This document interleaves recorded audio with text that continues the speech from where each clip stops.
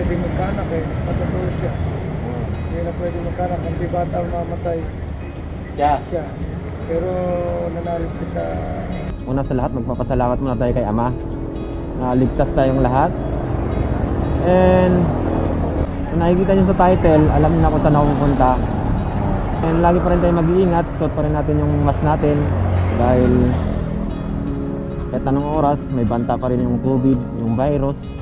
So lagi tayo mag-iingat and lagi nating isuot ang ating mask para lagi tayong ligtas sa virus, okay? So tara, samahan nyo ko papuntang Ubando, Bulacan.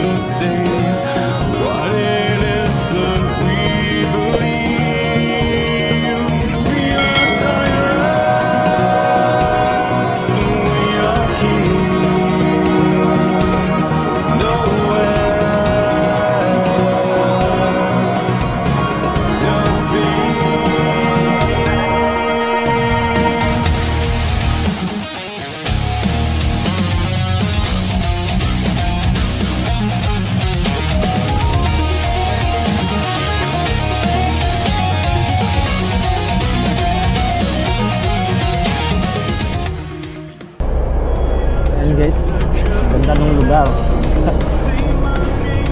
Sa umaga dito, maraming tumatambay dito, nagpapahangin, nagja-jogging. Ganito kaganda yung lugar dito.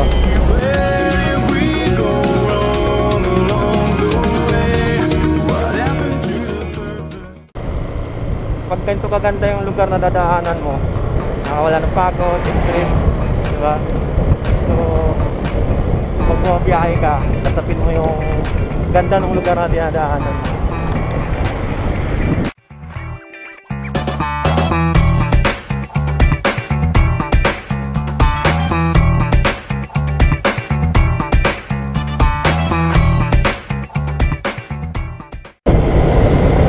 Bilang isang rider kasi pag nakakita ka ng ganitong lugar na yung maganda, wala yung pagod mo eh.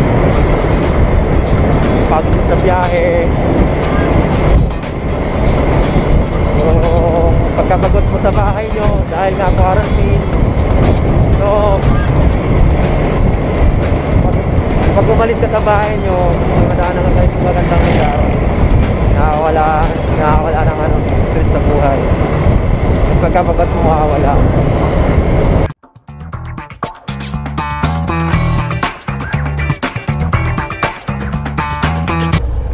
Guys, ganda rito ano.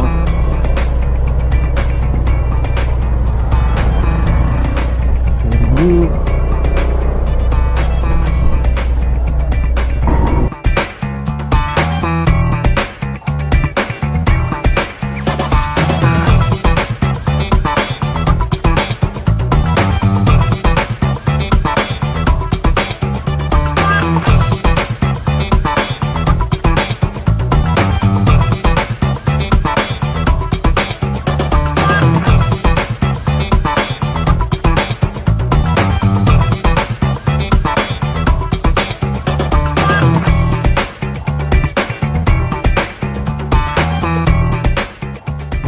Dito na tayo guys, sambahan ng Ubando.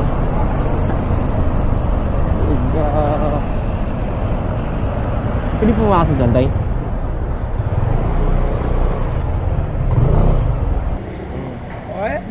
Buhay na. Sige pa tayo, salamat po.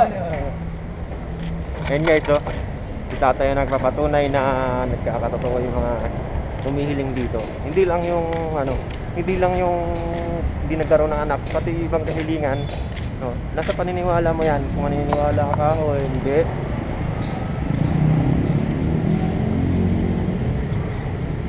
So, mga kaibigan ko, no? Kahit anumang relihiyon mo, pwede ko pumunta rito.